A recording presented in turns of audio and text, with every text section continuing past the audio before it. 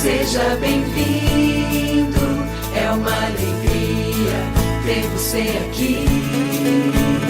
Ao chegar, que Deus o abençoe e te acompanhe ao você sair.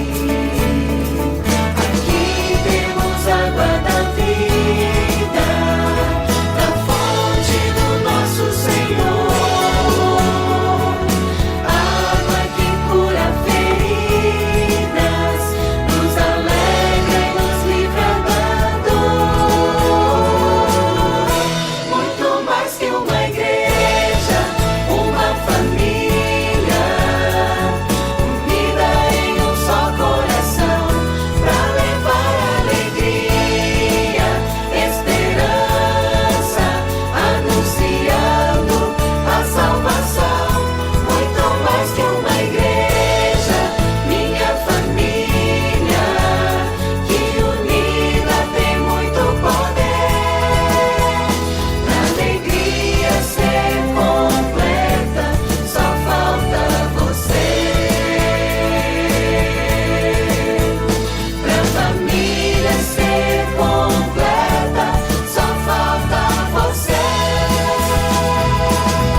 Mais que uma igreja, minha família.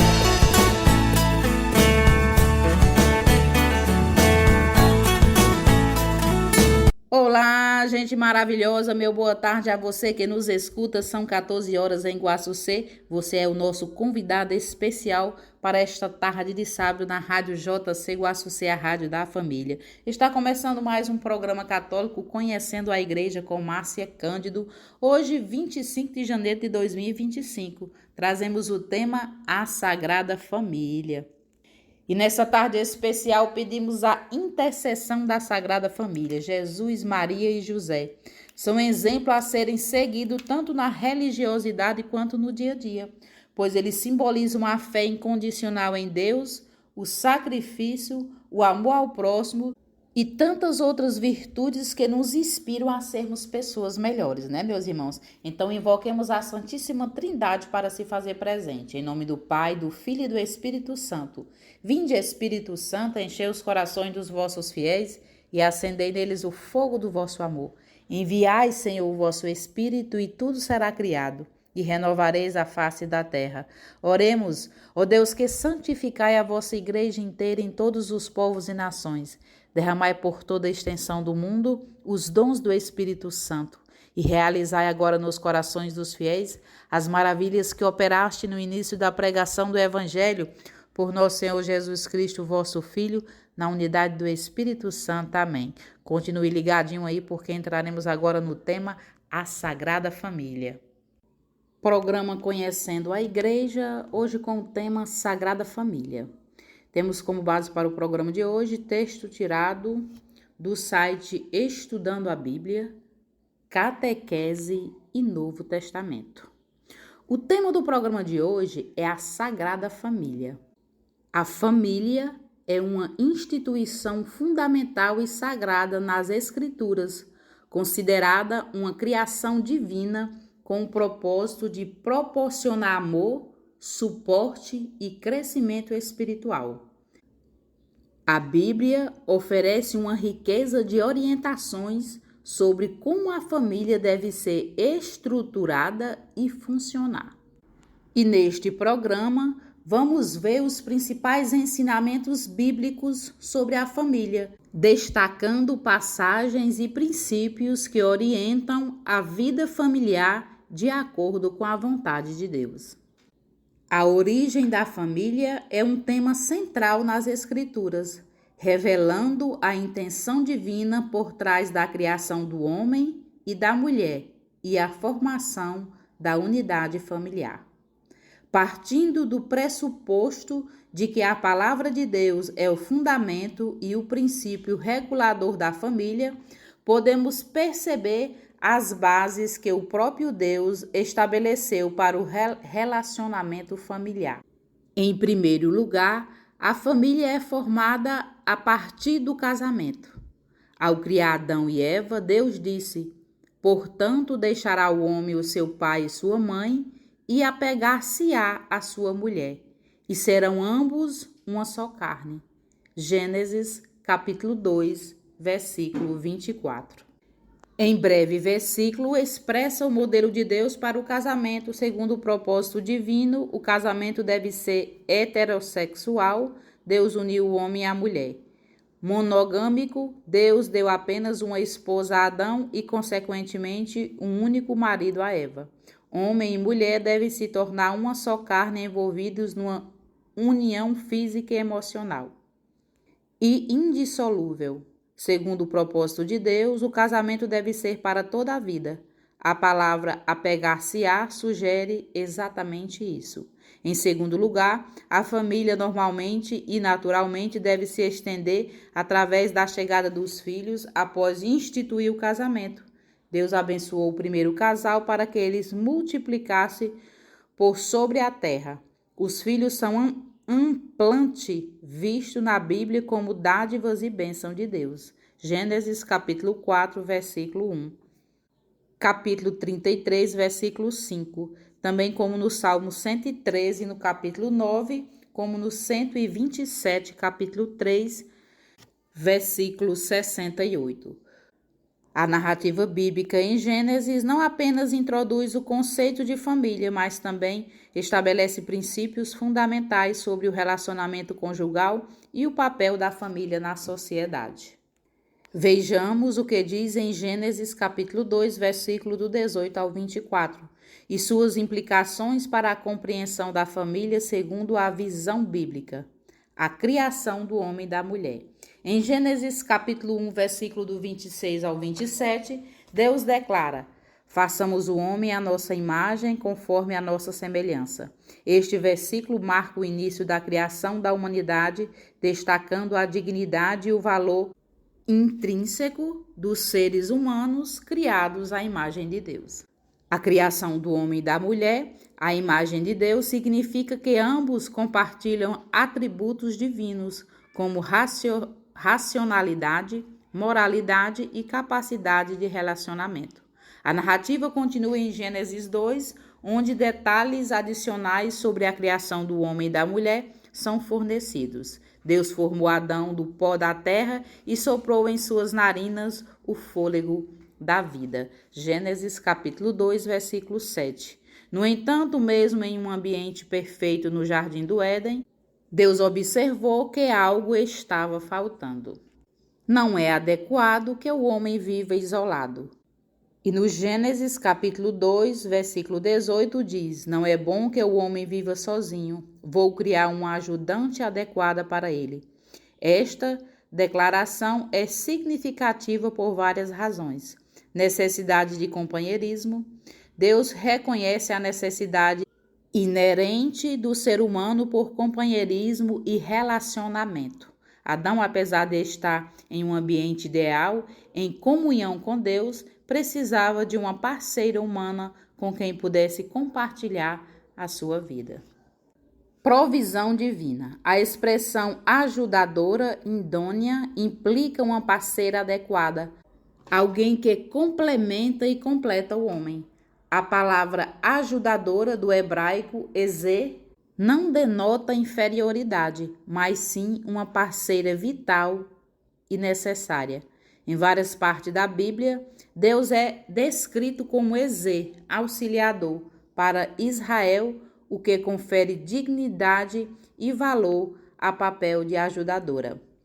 Criação da mulher. Para suprir a necessidade de Adão, Deus criou Eva de uma maneira única e significativa. Gênesis capítulo 2, versículo do 21 ao 22, descreve: então o Senhor Deus fez cair um sono pesado sobre Adão e ele adormeceu. Tomou uma das suas costelas e fechou a carne em seu lugar. Com a costela que o Senhor Deus tirou do homem, ele formou uma mulher e a levou até Adão. Unidade e igualdade. A mulher foi criada a partir do homem, simbolizando unidade e igualdade. Mateus Henry, um teólogo puritano, comentou que a mulher foi feita da costela do homem, não da cabeça para ser superior, nem dos pés para ser pisoteada, mas do lado para ser igual. debaixo do braço para ser protegida e perto do coração para ser amada. Instituição do casamento. Após a criação de Eva, Deus a apresentou a Adão e ele declarou: Esta é agora osso dos meus ossos e carne da minha carne. Ela será chamada mulher porque do homem foi tomada. Gênesis capítulo 2, versículo 23. Este reconhecimento de Adão destaca a profunda conexão e unidade entre marido e mulher. O estabelecimento do casamento, no Gênesis capítulo 2, versículo 24, estabelece um princípio fundamental sobre o casamento. Portanto, deixará o homem o seu pai e sua mãe e apegar-se-á à sua mulher, e serão ambos uma carne. Deixar e unir-se. Este versículo descreve a transição que ocorre no casamento, onde o homem deixa sua família de origem e se une à sua esposa, formando uma nova unidade familiar. Esse deixar não implica abandono, mas sim uma mudança de lealdade e prioridade. Uma só carne.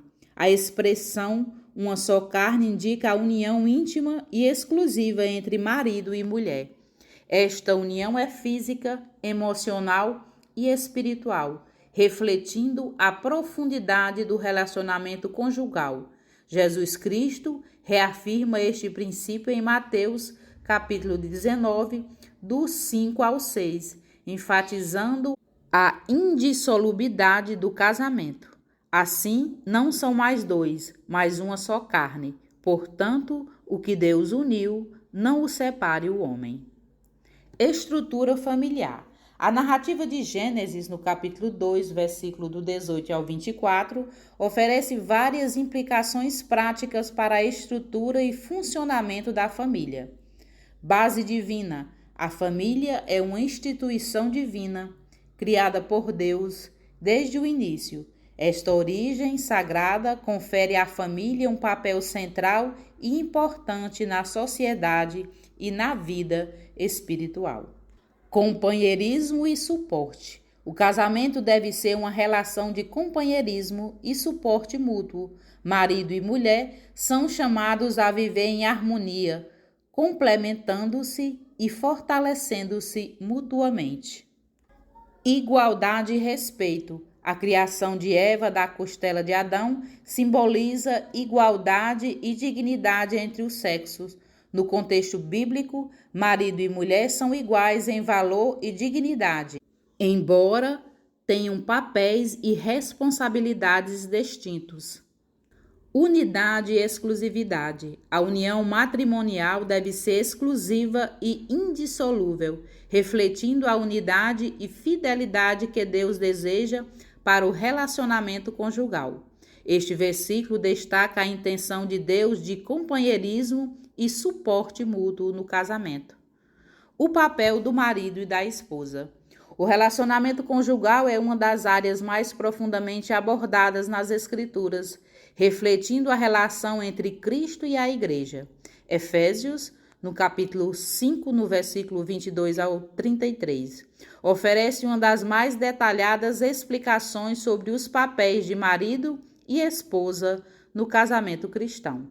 Esta passagem destaca a importância do amor sacrificial do marido e da submissão respeitosa da esposa, ambos sendo indispensáveis para um casamento harmonioso e cristocêntrico. O papel do marido. Em Efésios, no capítulo 5, versículo 25, Paulo aconselha os maridos: maridos, amem suas esposas como Cristo amou a igreja e se entregou por ela. Este mandamento é central para entender o papel do marido no casamento. Amor sacrificial. Exemplo de Cristo. O amor de Cristo pela igreja é o modelo supremo para os maridos. Cristo demonstrou seu amor ao sacrificar sua própria vida pela igreja. Este amor é incondicional, altruísta e contínuo. Liderança servil. A liderança do marido deve ser caracterizada pelo serviço. Jesus disse em Mateus capítulo 20, versículo 28, assim como o Filho do Homem não veio para ser servido, mas para servir e dar sua vida em resgate de muitos, da mesma forma, o marido deve liderar com uma atitude de serviço, colocando as necessidades de sua esposa acima das suas. Cuidado e proteção. Nutrição espiritual. Em Efésios, no capítulo 5, no versículo 26 e 27, Paulo continua dizendo que Cristo purifica a igreja para a santificar, purificando-a com a lavagem da água pela palavra. Os maridos são chamados a cuidar da saúde espiritual de suas esposas, incentivando-as e orando por elas. Segurança e bem-estar. O marido deve providenciar um ambiente seguro, emocionalmente estável e amoroso para sua esposa, refletindo a proteção que Cristo oferece à sua igreja. Quando o assunto é cuidado com a família, é aquele escrito pelo apóstolo Paulo aos crentes da cidade de Éfeso. Nesse texto, o apóstolo aponta quais são os princípios gerais que devem regulamentar os relacionamentos familiares. Ele fala sobre como os cônjuges devem cuidar um dos outros e como ambos devem cuidar dos filhos. Embora homens e mulheres sejam iguais perante Deus, a liderança dentro da unidade familiar foi confiada por Deus ao marido. O apóstolo constrói sua exposição sobre esse aspecto do governo e cuidado da família com base na ordem da criação, bem como considera as consequências da queda do homem. 1 Coríntios, no capítulo 11, versículo do 8 ao 9, e 1 Timóteo, no capítulo 2, do 13 ao 15. E Paulo escreve que as mulheres devem ser submissas aos seus próprios maridos. Contudo, a liderança do homem sempre deve ser em amor, ou seja, o mandamento é para que os maridos amem suas esposas. Além disso, tanto a submissão da mulher quanto a liderança do marido devem ser fundamentadas no amor de Cristo. A esposa deve ser submissa ao marido como ao Senhor. Paulo ainda explica que a sujeição da igreja a Cristo serve de modelo para a sujeição da esposa ao marido. E da mesma forma, o marido deve amar a esposa como também Cristo amou a igreja. Efésios, capítulo 5, versículo do 23 ao 25. Esse amor deve ser tão profundo e dedicado que Paulo diz que quem ama a esposa a si mesmo se ama. Efésios, capítulo 5, versículo 28. Na família em que a esposa é adjuntora do marido e que o marido cuida e conduz a esposa ao amor, os pais também devem liderar e guiar os filhos. Assim, os filhos desempenham seu papel no comprometimento com a família, obedecendo a seus pais, isto é, honrando pai e mãe. Porém, os pais não devem ser tiranos. Ao contrário, eles não devem provocar seus filhos à ira, mas devem criá-los na disciplina e na admoestação do Senhor. Efésios, capítulo 6, versículo do 1 ao 4. Epístola aos Efésios. Paulo enfatiza exatamente essa questão. Embora muita gente não perceba as recomendações do apóstolo quanto à mordomia da família, fazem parte da mesma seção em que ele exorta os crentes a encher-se do Espírito e sujeitar-se uns aos outros no temor de Cristo. Efésios, capítulo 5, versículo do 18 ao 21. Isso quer dizer que sujeitar-se uns aos outros nas diversas áreas de suas vidas, incluindo as relações familiares. É algo essencial para que os crentes possam, de fato, encher-se do Espírito. Em outras palavras, uma pessoa negligente com sua família e que despreza os princípios bíblicos que devem nortear suas relações interpessoais, não consegue experimentar uma vida de plenitude do Espírito. E por esse motivo, a Bíblia diz que os candidatos a oficiais na igreja deve, antes de tudo, liderar de modo exemplar a própria família. 1 Timóteo capítulo 3, versículo do 4 ao 12. Então, antes de exercer qualquer ofício ministerial, um cristão genuíno é chamado primeiramente a ser filho, marido e pai fiel.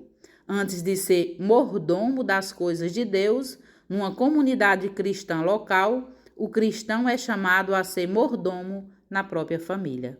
Da mesma forma, uma pessoa jamais será capaz de cuidar de sua família conforme a doutrina bíblica se não for pela capacitação do Espírito Santo. Por exemplo, uma esposa jamais conseguirá ser submissa ao seu marido como a igreja é submissa a Cristo, ou o marido jamais será capaz de amar sua esposa como Cristo ama sua igreja, se ambos dependerem de suas próprias habilidades para isso. A recomendação bíblica é para que andemos no Espírito, para que sejamos guiados pelo Espírito, para que as virtudes do fruto do Espírito sejam manifestadas em nossas vidas. Obviamente, tal recomendação abrange nossa vida por completo, e isso inclui a nossa vida familiar. Devemos cuidar de nossas famílias sendo imitadores do amor de Cristo e aplicando os princípios da palavra de Deus através de uma vida completamente controlada pelo Espírito Santo e comprometida com o serviço ao Senhor. E depois de escutarmos Padre Zezinho cantando oração pela família, estamos de volta aí ao tema. Falaremos agora sobre o papel da esposa no casamento. Em Efésios, no capítulo 5, versículo 22, afirma: mulheres, submetem-se a seus maridos como ao Senhor. Essa instrução sobre submissão é muitas vezes mal compreendida e precisa ser vista no contexto da mutualidade e no amor sacrificial. Respeitosa. Significado bíblico. A submissão bíblica não implica inferioridade, mas sim um relacionamento da ordem estabelecida por Deus. Apoio à liderança. A submissão envolve apoiar e respeitar a liderança do marido, ajudando-o em suas responsabilidades e decisões. Isso cria um ambiente de cooperação e unidade. Cooperação e unidade. A esposa deve trabalhar junto com o marido para alcançar objetivos comuns, promovendo a paz e a harmonia no lar. Respeito e amor. Em Efésios, no capítulo 5, versículo 33, conclui dizendo: portanto, cada um de vós ame a sua mulher como a si mesmo, e a mulher respeite o marido. O respeito é uma expressão prática de amor e é fundamental para a dinâmica conjugal. As esposas são chamadas a apoiar seus maridos emocional e espiritualmente, criando um ambiente onde ambos possam crescer e florescer em seu relacionamento com Deus e entre si. Amor. Em Efésios, no capítulo 5, versículo 21, vem nos dizer que introduz o conceito de sujeitar-vos uns aos outros no temor de Cristo, o que estabelece a base para a submissão mútua no casamento. Isso significa que tanto o marido quanto a esposa devem submeter-se um ao outro em amor e respeito, seguindo o exemplo de Cristo. Amor e respeito. Dinâmica do amor. A dinâmica do amor no casamento exige que ambos os cônjuges estejam dispostos a sacrificar suas próprias necessidades em benefício do outro. Efésios, no capítulo 5, versículo 33. Resume isso bem.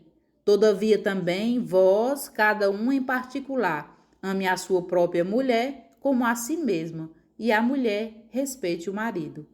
Filhos. A criação de filhos é um dos aspectos mais importantes e desafiadores da vida familiar. A Bíblia fornece uma orientação clara e prática sobre como os pais devem criar seus filhos. enfatizando a educação espiritual, a disciplina amorosa e a instrução contínua. Educação espiritual. No Provérbio 22, no capítulo 6, declara: instruir o menino no caminho em que deve andar, e até quando envelhecer, não se desviará dele. Este versículo enfatiza a importância de iniciar a educação espiritual na infância e ensinar as verdades bíblicas desde cedo, para estabelecer uma base sólida para a fé e a moralidade das crianças. Modelo de vida. Os pais devem ser exemplos vivos da fé cristã.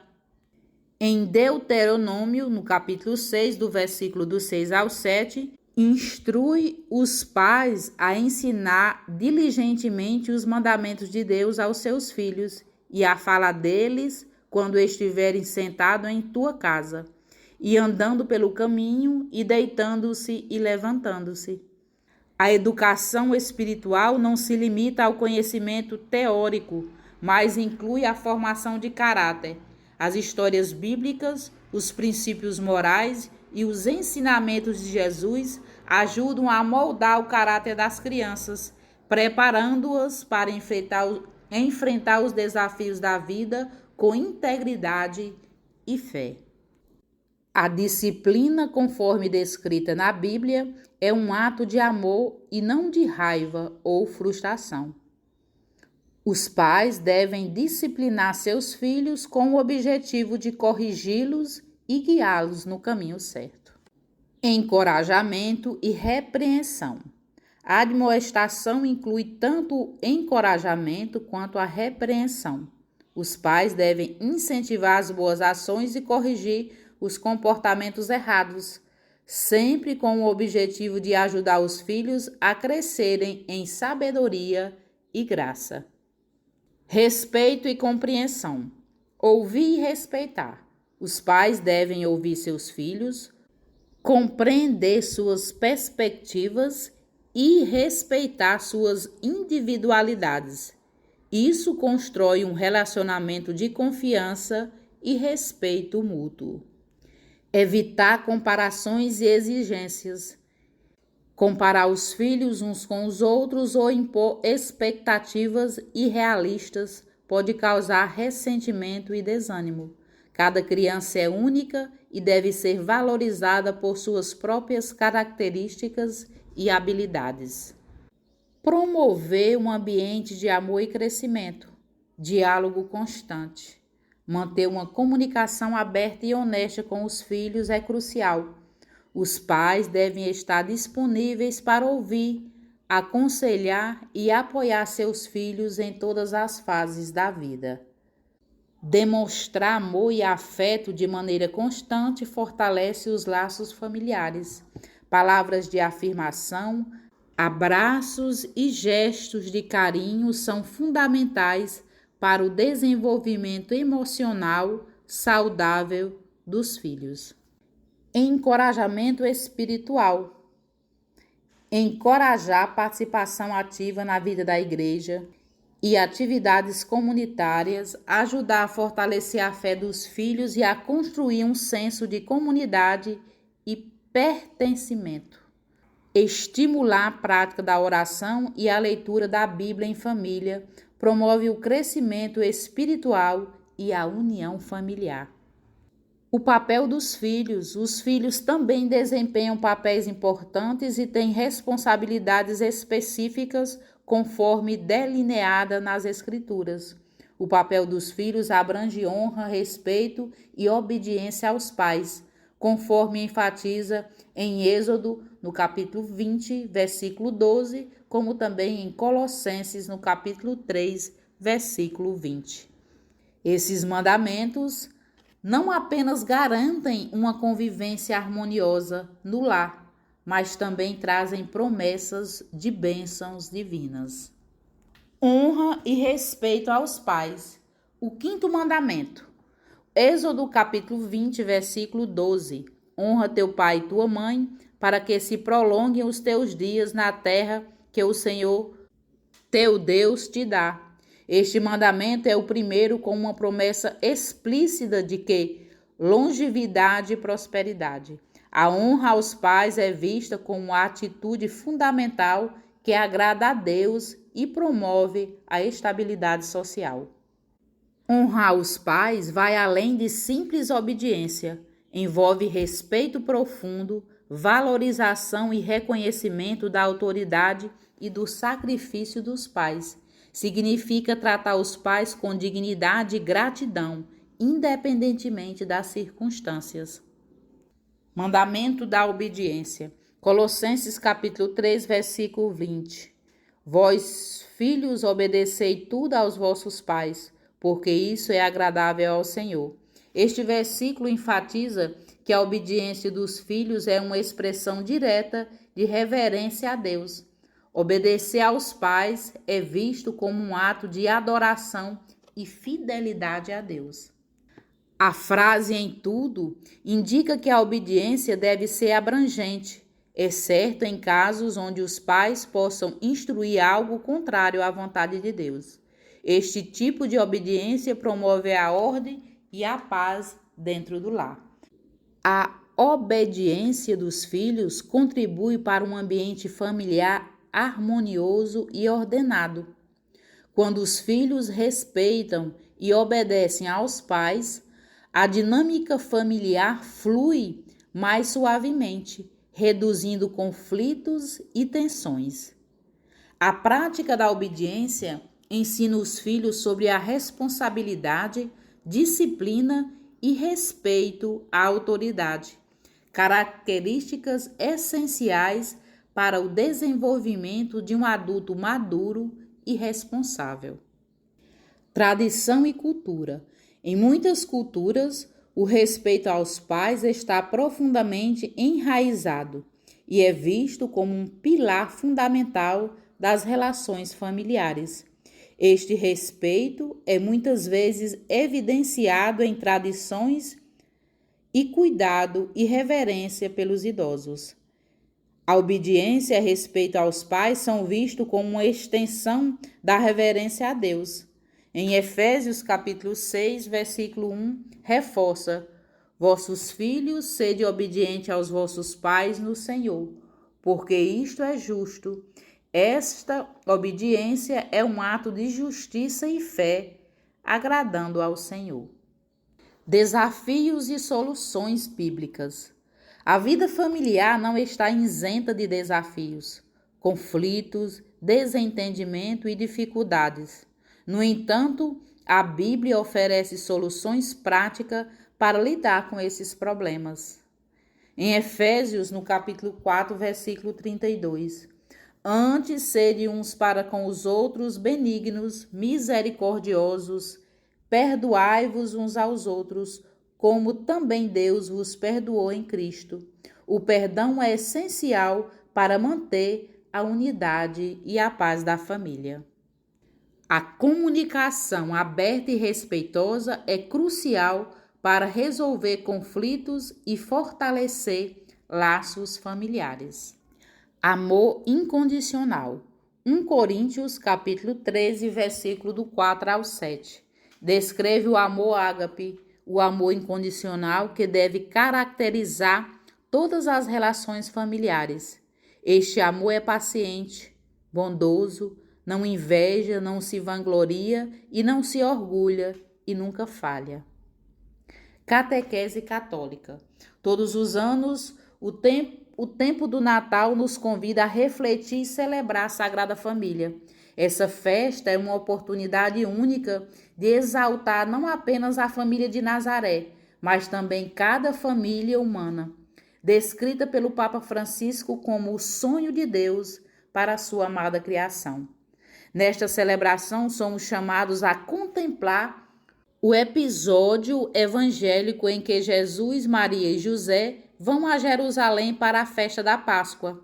Esse evento é rico em ensinamentos que iluminam a vida e a realidade familiar, trazendo reflexões que podem ser aplicadas ao cotidiano. O Evangelho relata que José e Maria iam todos os anos a Jerusalém e dessa vez levaram consigo Jesus, que já tinha 12 anos. Essa atitude demonstra como eles valorizavam as tradições e os costumes do seu povo. Maria e José não eram apenas religiosos, mas profundamente enraizados na história e cultura da sua comunidade. Tal atitude não deve ser vista como antiquada, mas como uma valorização das tradições que fortalece a identidade e a vida familiar. De fato, preservar as tradições religiosas e culturais não significa estar preso ao passado, mas reconhecer a riqueza que essas experiências trazem. E nesse contexto, celebrações como o Natal nos ajudam a reavivar a fé e os valores que sustentam as nossas famílias. Uma questão interessante surge no relato evangélico, como Maria e José poderiam ter perdido Jesus durante a viagem.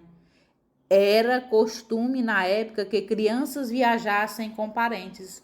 Assim, Maria e José presumiram que eles estavam seguros entre os familiares. Esse episódio demonstra como eles equilibravam a proteção com a liberdade de Jesus. Apesar de compreenderem a grandeza de sua missão, confiaram em sua maturidade e na providência divina. Esse equilíbrio é uma lição valiosa para os pais atuais. Permitir que os filhos cresçam com autonomia, sem superproteção, é essencial para o seu desenvolvimento. Maria e José enfrentaram angústias como a perda de Jesus no templo, a fuga para o Egito e a falta de um lugar digno para o nascimento do menino. Essas situações demonstram que mesmo a Sagrada Família, escolhida por Deus, não esteve isenta de desafios. Esses exemplos são um lembrete de que todas as famílias passam por dificuldade. Nessas situações, podemos recorrer a Maria e a José, pedindo sua intercessão e aprendendo a confiar em Deus, assim como eles fizeram. Deus no centro da vida familiar. A lição mais importante da Sagrada Família talvez seja a centralidade de Deus na vida familiar.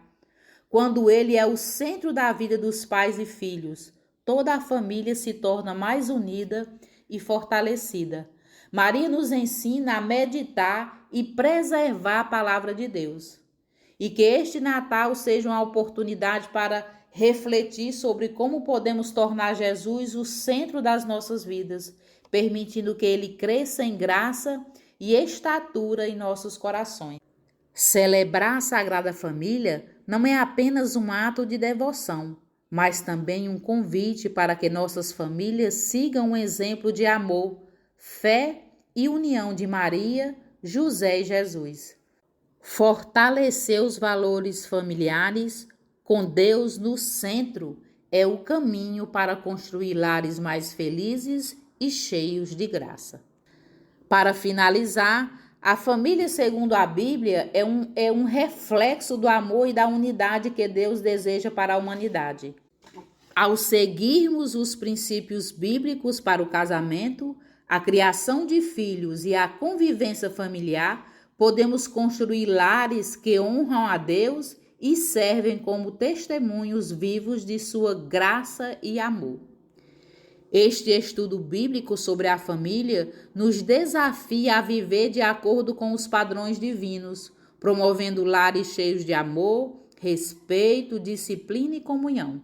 E que possamos aplicar esses ensinamentos em nossas vidas diárias, buscando sempre a orientação e a sabedoria de Deus para fortalecer e abençoar as nossas famílias. A Bíblia estabelece a família como uma instituição divina desde a criação. Em Gênesis, no capítulo 2, do versículo 18 ao 24, Deus cria a mulher como uma companheira adequada para o homem, estabelecendo o primeiro casamento entre Adão e Eva.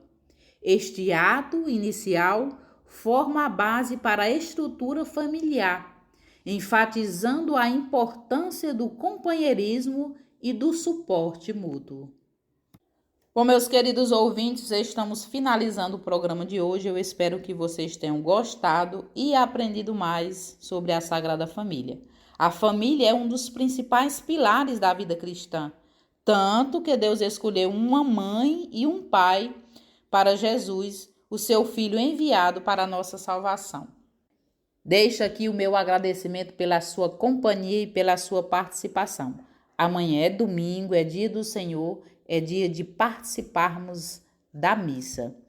Na sequência, tem Hora da Misericórdia com o Padre Reginaldo Manzotti, portanto, continue ligadinho na nossa programação. Encerrarei o programa de hoje rezando uma oração à Sagrada Família. Jesus, Maria e José, vós formastes a Sagrada Família de Nazaré, para que as nossas famílias os tivessem como modelo de santidade e amor dentro dos nossos lares. Vos pedimos para que sempre abençoeis todos os que habitam em nossa casa, para que sempre haja diálogo e compreensão entre pais e filhos. Concedei-nos que o amor mútuo e fraterno seja o rei de nossa residência, que o respeito seja o princípio norteador dos nossos passos, que o carinho seja o sinal visível de vossas presenças em nossas vidas e que a oração seja fundamento de exemplo de bondade para todos. Desejamos que nas aflições a Santa Família seja o nosso escudo de proteção e auxílio, para que o entendimento seja o propósito da nossa existência. Livrai-nos de todos os males e doenças, para que juntos sempre caminhemos em busca da concórdia e do bem da humanidade. Jesus, Maria e José, nossa família vossa é. Amém. Um forte abraço, meu querido ouvinte, e até no próximo sábado, se assim Deus nos permitir.